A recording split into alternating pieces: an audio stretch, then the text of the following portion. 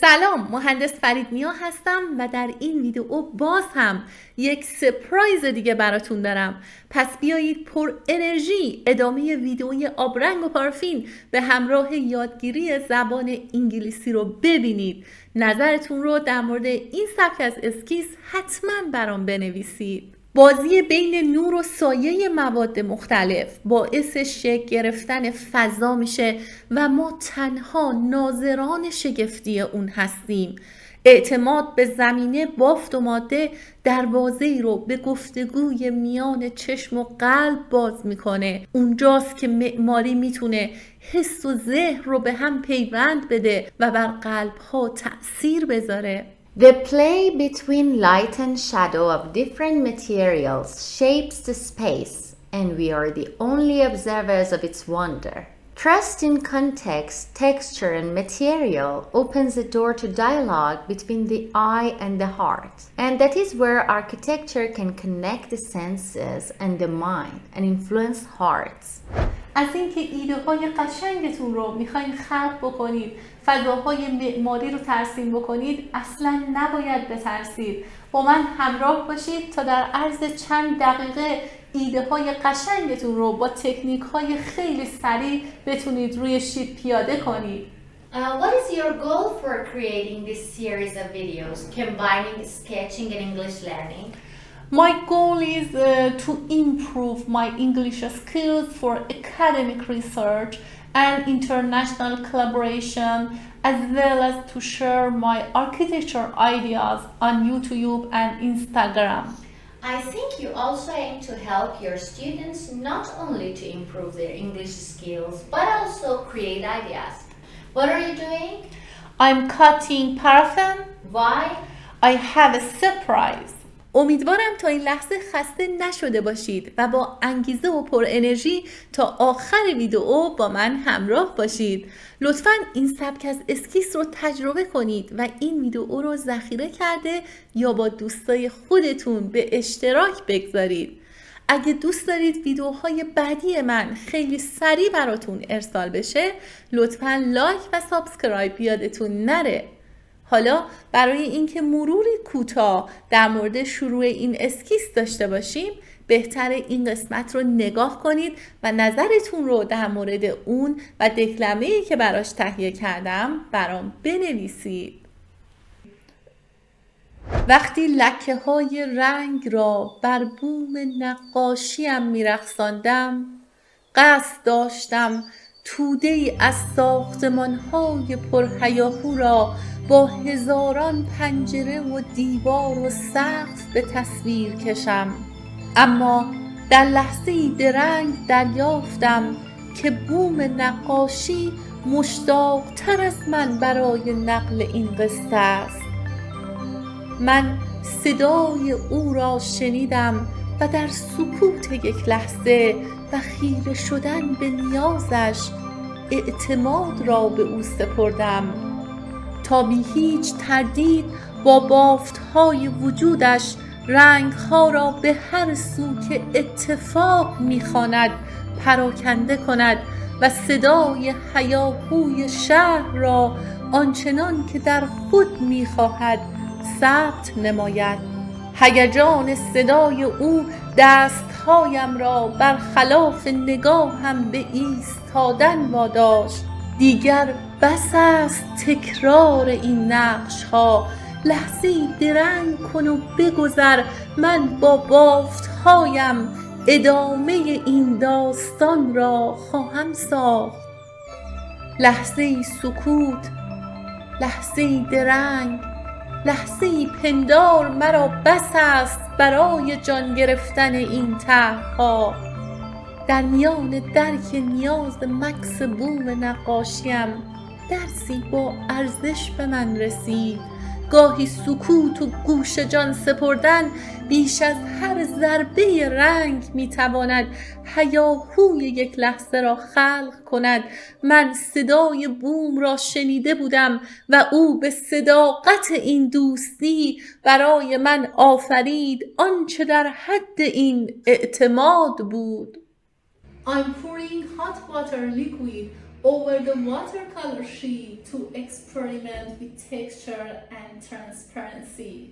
توی این لحظه ما میایم پارافین رو که مذاب کردیم، همین تکه های پارافین کوچیک رو ما مذابش کردیم و میبینید که شما هم میتونید پارافین ها رو تیکه تیکه بکنید، بذارید به صورت بنماری روی بخار آب مایع بشه و روی شیتتون بریزید.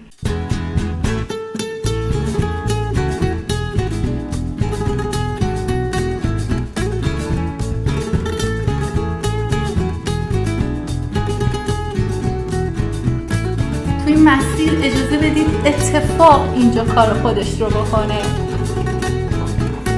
Using different materials in creating a sketch not only helps you easily establish various dimensions of perspective, but also enhances and strengthens your boldness in spatial creation.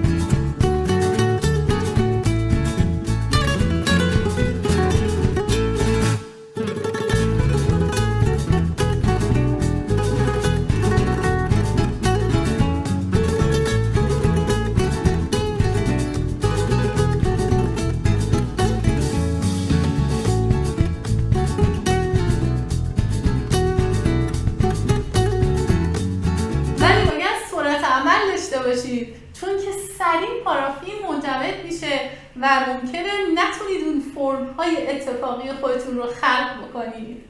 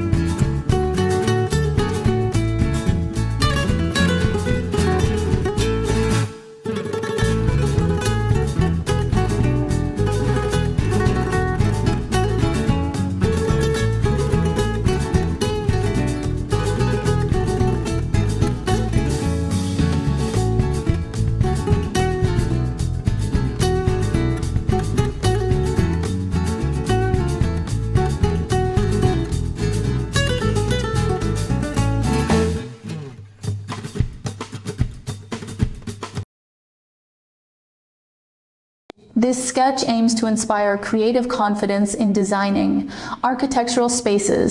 By exploring diverse materials, we allow each element to interact naturally, shaping the environment beyond our control. Through this trust in materials, architecture transforms into a dialogue between matter, light, and perception. هدف این اسکیس برانگیختن جسارت خلاقانه در طراحی فضاهای معماریه. با کاوش در میان مواد گوناگون اجازه میدیم هر عنصر به صورت طبیعی با محیط تعامل بکنه و فضا رو فراتر از کنترل ما شکل بده. با اعتماد به مواد معماری به گفتگویی میان ماده، نور و ادراک تبدیل میشه.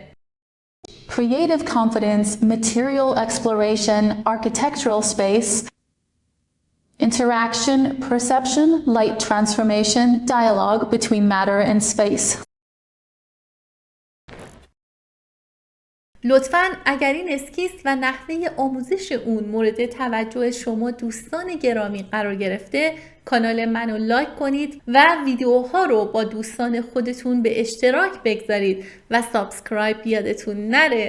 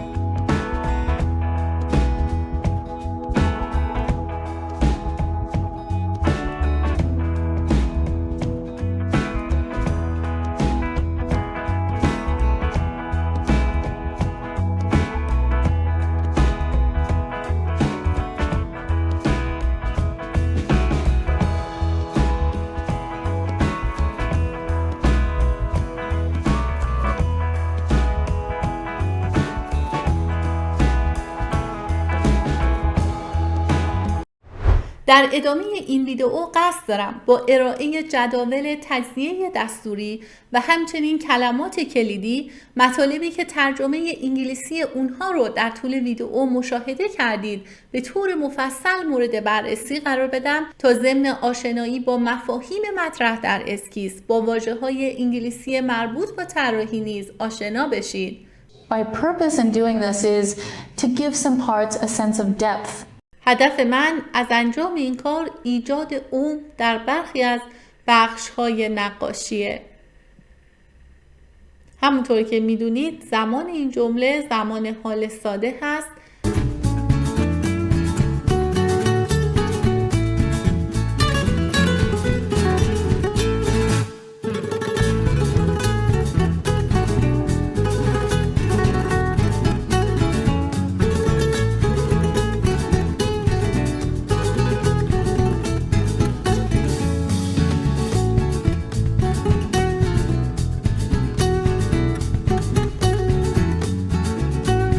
The transparent layer of paraffin allows the painting underneath to remain visible. لایه شفاف پارافین اجازه میده نقاشی زیر اون قابل مشاهده باقی بمونه. زمان این جمله هم حال ساده هست، زیرا بیان یک ویژگی دائمی یا خاصیت علمی هست. در جدول تجزیه دستوری به راحتی میتونید قسمت‌های مختلف ساختار جمله رو متوجه بشید.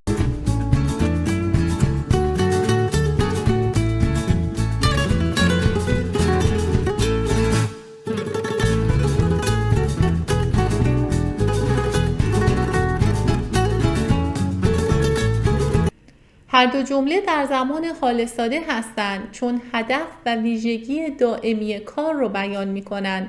در جمله اول to give بیانگر هدف، در جمله دوم to remain بیانگر نتیجه یا وضعیت حاصله. حالا با استفاده از این کلمات یه جمله در زمان حال ساده بساز.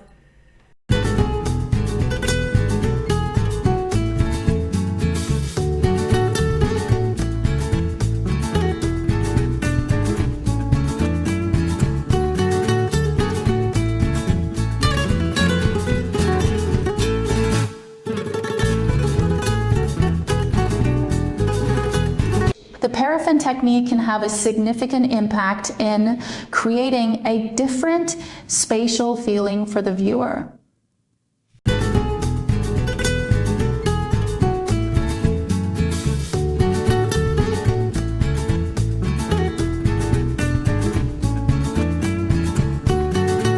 This sketch aims to inspire creative confidence in designing architectural spaces.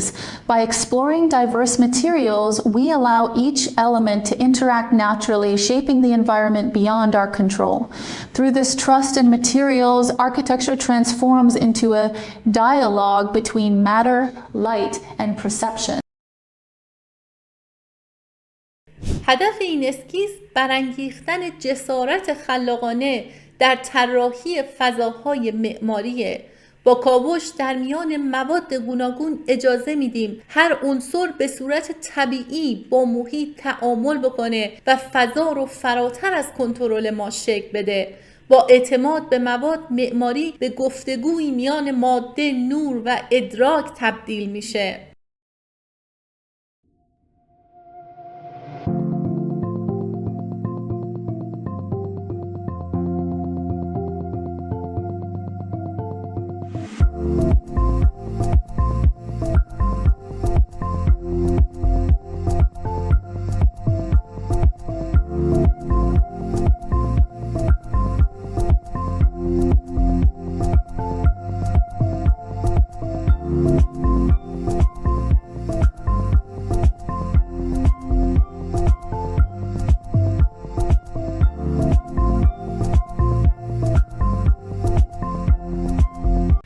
When an artist paints with watercolor and wax, every movement tells a story. We use the simple present tense to describe what usually happens in art, not just once, but as a habit.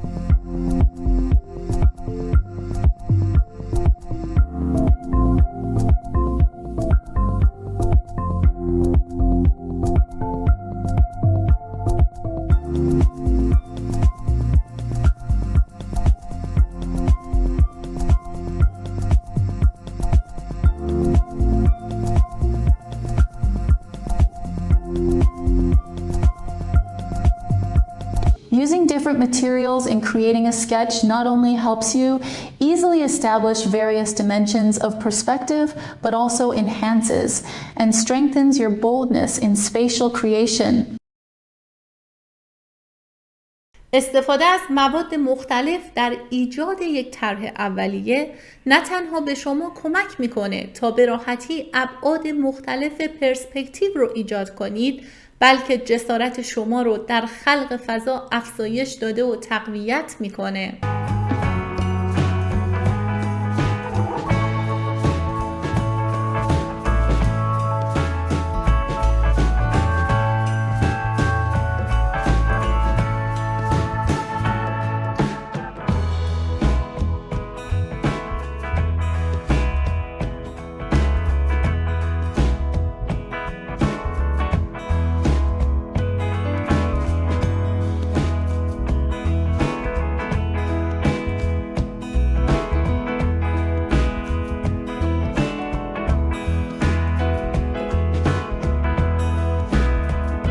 Artists often use the simple present tense to describe their creative process.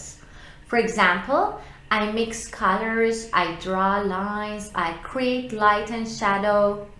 These actions show habits, things we do again and again in our art.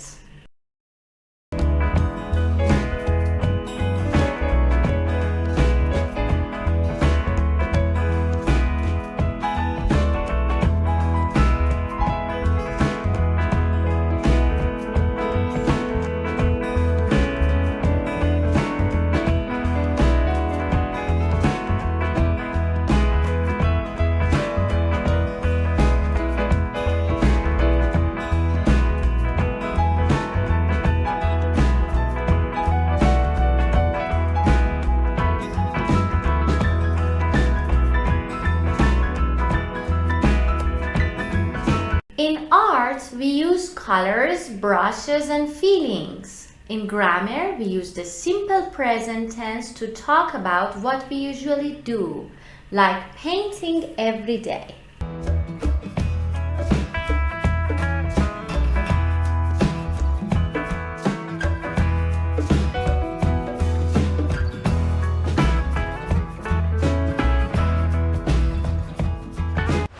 I hope you've enjoyed watching the watercolor and wax video and learning English along the way. Now stay with me as we explore a few simple and useful grammar points together. My name is Nasrin Dashidi and I hope you stay energized till the end of this video, improving not only your drawing skills but also your English speaking power. امروز میخوایم گرامر حال ساده رو با هم کار کنیم. Simple present tense. منظور از tense همون زمان دستوری جمله است و simple present یعنی حال ساده. براتون چند تا مثال آوردم از حال ساده. I, you, we, they, she, he, it. اینا ضمایر فاعلی هستن، یعنی ضمایری که میتونن در جایگاه فاعل ابتدای جمله بشینن و میتونه به جای این ضمایر هم کلمه بیاد، مثلا اسم بیاد، اسم شخص بیاد، یا مثلا یه اسم دیگه مثل اسم شغل، مثلا teacher, architect, I don't know، علی and مریم، میتونه اسم هم بیاد به جای اینا. ولی حالا من اینجا فقط ضمایر رو آوردم. بعد از I, you, we, they فعلمون همیشه به صورت ساده میاد. مثلا اینجا use رو من استفاده کردم.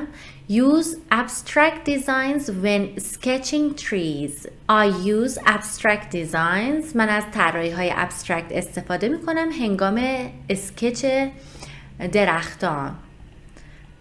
و قسمت بعدی مثالمون she, he, it اومده با uses abstract designs when sketching trees. همونطور که میبینی اینجا یه s اضافه شده، چون برای سوم شخص وقتی فاعلمون she, he یا it هست فعلمون s یا es میگیره برای سوم شخص. من حالت سوالیشو آوردم تو این قسمت براتون. Questions in simple present tense. برای سوالی کردن تو زمان حال ساده از do و does استفاده می کنیم.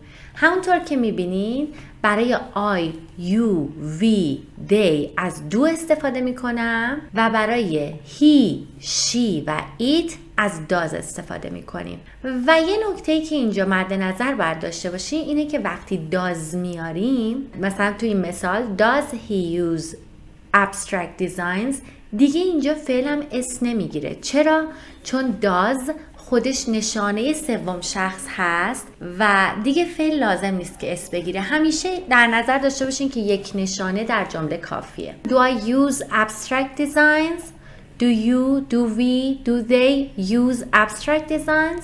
Does he use abstract designs? پس وقتی does داشته باشیم دیگه فعلمون اس نمیگیره. اینجا حالت منفیش رو آوردیم. Negative in simple present tense. منفی در زمان حال ساده.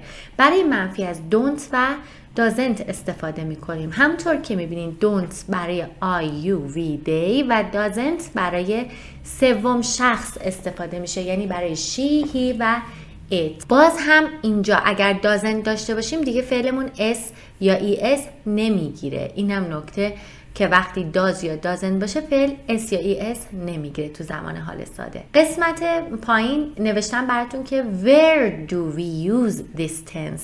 کجا از این زمان استفاده میکنیم؟ این مهمه. شما الان دستورش رو یاد گرفتین که حالا مثلا با do و does سوالی میشه، با don't و doesn't منفی میشه و جمله خودش کلا چطوری ساخته میشه در حالت مثبت، ولی اینکه کجا از این استفاده میکنیم خیلی مهمه. We use it، ما استفاده میکنیم ازش to talk about habit and fact، برای صحبت کردن درباره habit عادت and fact حقیقت.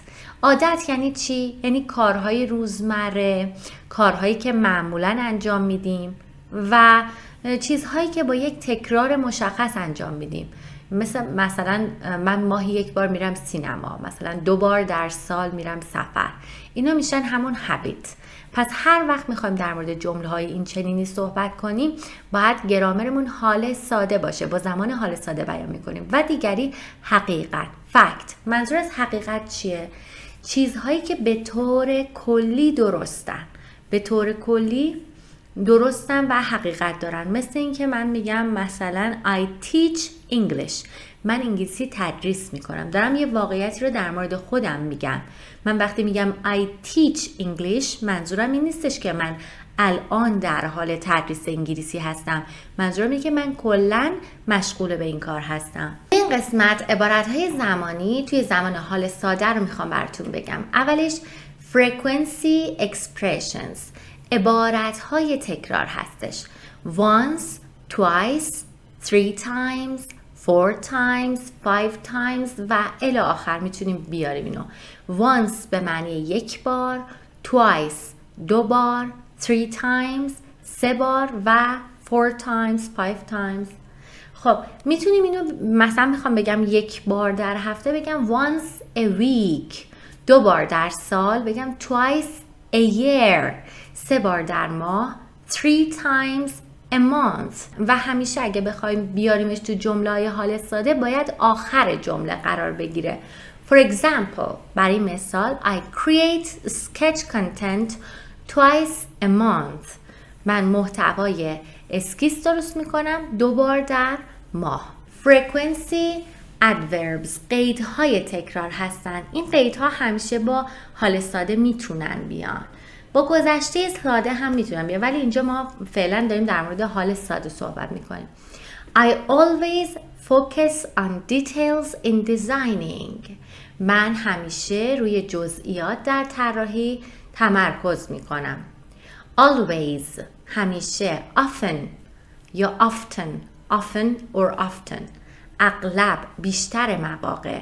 Usually معمولاً. Sometimes گاهی. Rarely به ندرت. Never هرگز. اینا رو به ترتیب تکرار از بالا آوردم. بیشترین تکرار رو همیشه always داره و never کمترین.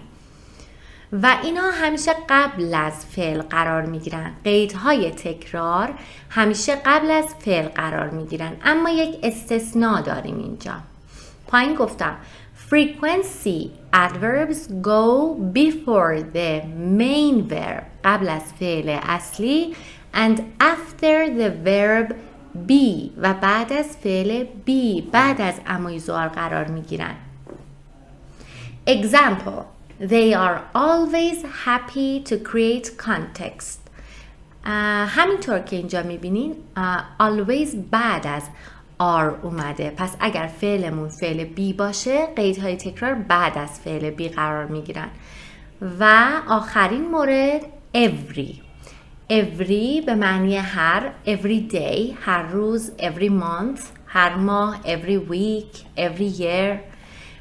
every همیشه با حال ساده میاد، یعنی هر چیزی رو که بخوایم بگیم مثلا هر روز انجام میدم، هر ماه انجام میدم، همیشه باید از گرامر حال ساده استفاده کنیم. The architects make sketches every month. We use every at the end of the sentence. از every در انتهای جمله. پس از every once, twice, 3 times اونا انتهای جمله استفاده میکنیم و فقط قیدهای تکرار هستن که در جمله مورد استفاده قرار میگیرن، قبل از فعل و بعد از فعل بی. امیدوارم که آموزش امروز براتون مفید واقع شده باشه. لطفاً اگر این اسکیس و نحوه آموزش اون مورد توجه شما دوستان گرامی قرار گرفته، کانال منو لایک کنید و ویدیوها رو با دوستان خودتون به اشتراک بگذارید و سابسکرایب یادتون نره.